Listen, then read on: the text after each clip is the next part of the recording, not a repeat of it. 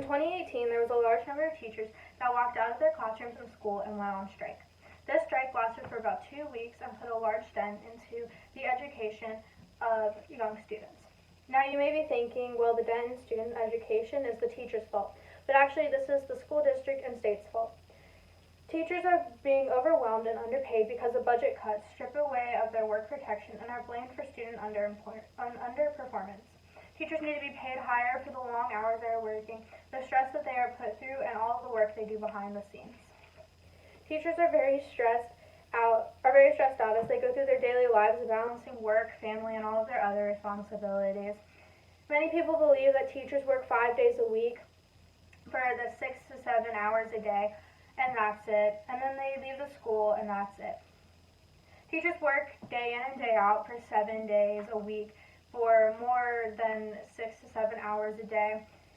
During that 6 to 7 hours that they are in the school, they're using that time for face-to-face interaction with their students and making sure that their students are getting the help they need. Once that last bell rings and they go home, they're still using that time to do non-face-to-face interaction with their students to help them understand, whether that is emailing the parents of students to make sure their students are doing the best that they can. They are helping their colleagues out with lesson planning or classroom management to make sure that students are getting the best education that they can receive, reaching out to those students who still have questions through email, or grading those papers that they have received that day. Or they're creating a lesson plan to foster the learning of these students to make them better for the next day. Lesson planning by itself is a hard job. Teachers need to be able to reach the majority of their class and engage the entire class through this. The University of Washington Center for Teaching and Learning says that research has demonstrated that engaging students in the learning process increases their attention and focus, motivates them to practice higher level critical thinking skills, and promotes meaningful learning experiences. Teachers know this from the years of learning that they have gone through, and they know that it is important and they must continue to do this to foster the education of students. But not only are they having to make sure that their lesson plans are engaging, they're also having to make sure that their lesson plans meet the state standards. These state standards are put in place because of the state standardized testing that students have to take at the end of the year. These are the guidelines, and their lesson plans must follow it to make sure that these students are getting the education that they need so that they can pass these tests, because these tests reflect back on the teaching of teachers and on the school district that they're in. And this adds a great deal of stress also, because if they're not meeting these standards, then they're getting looked down on as teachers. People are saying that they're not good teachers because their students have a low performance score. So a survey was done by the National Education Association, or the NEA, of 1,500 of their teacher members that found that nearly 72% of teachers, or about 3 out of every 4 teachers, found an added sense of moderate to extreme pressure from the school and administrators to improve the test scores of their students. This means that teachers are now only teaching to the test, and that's not going to help the education of their students, and that's why most teachers really get into this job. 42% of these same teachers believe that this has a negative impact on their classroom, while only 15% believe it has a positive effect on their classroom. So while teachers are trying to make sure that they're keeping these students engaged, they're also having to meet these borderline state standards. And now they must also make sure that they're reaching every student in the classroom, because they don't want a single student to fail this test. And students come from different backgrounds. They come from different learning levels, whether that's gaps because of previous teachers or IEPs. And they even come from different styles of learning. A freelance writer for Rosamond College, Lauren Elric, shares the 4 types of learners that a teacher must work through to be able to educate. That's your visual learner, your auditorial learner, the kinesthetic learner, and the reading and writing learner. Part of a teacher is being able to adapt your lesson plans to be able to fit each of these students so that then every student in the classroom is met.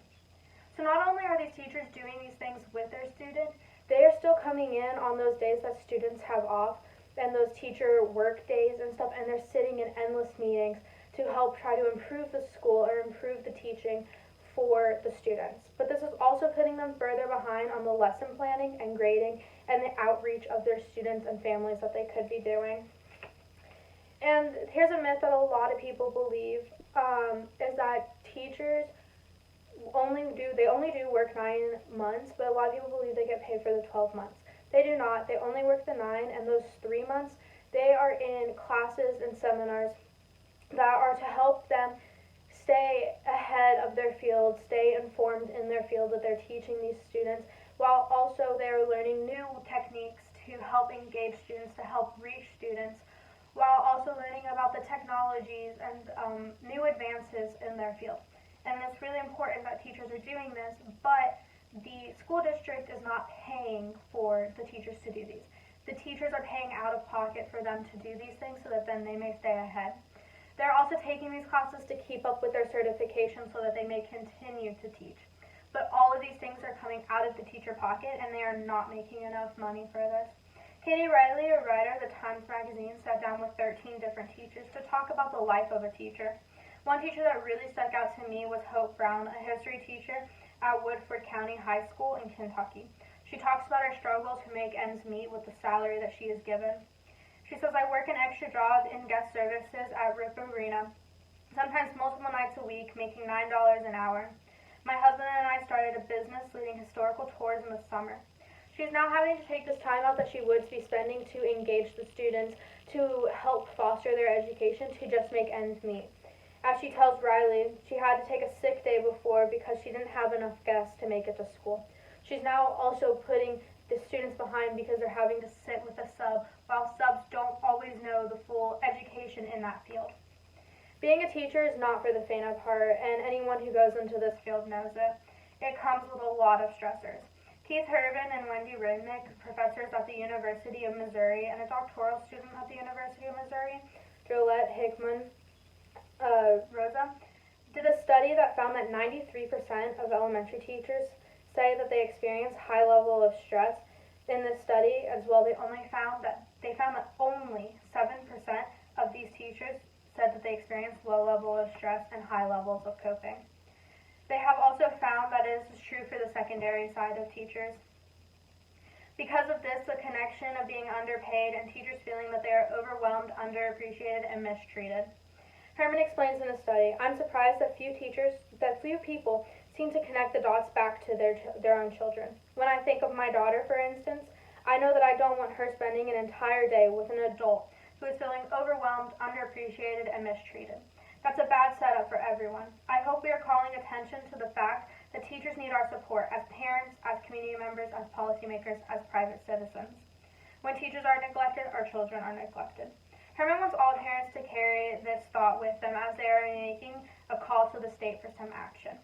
We need teachers to be paid more, and this is a difficult thing to ask for, though. Schools are still going through budget cuts because there's not enough money from the states. Since education is a state legislation, it is not federal. So I propose that we ask the state for them to do a 5% increase of the sales tax of gasoline. If we start in West Virginia, the sales tax of gasoline right now is 20.5 cents per gallon. If you add the 5% to that 5% increase to that, that will add 1.02 cents per gallon, making the new total 21.52 cents per gallon. That's just a start and can be increased as we go along. But the benefit of that is teachers will be making extra money, and this will decrease the amount of stress they were feeling. However, there are negative effects to this. With a higher tax price, this means that the consumption or use of this product will go down. Akish Kolegial, the Deputy Director of Policy for Americas for Prosperity, contends that the important thing to remember is that the gas tax is that increasing it will hit lower and middle income families hardest. This will happen because they will have to take a larger part of their income to pay for the gasoline tax. And there are even economical effects in the increasing of the tax of gasoline as people will try to find new ways to fuel this. So I am calling that we are helping reduce the stressors in teachers' lives as we call for a higher on the price of gasoline.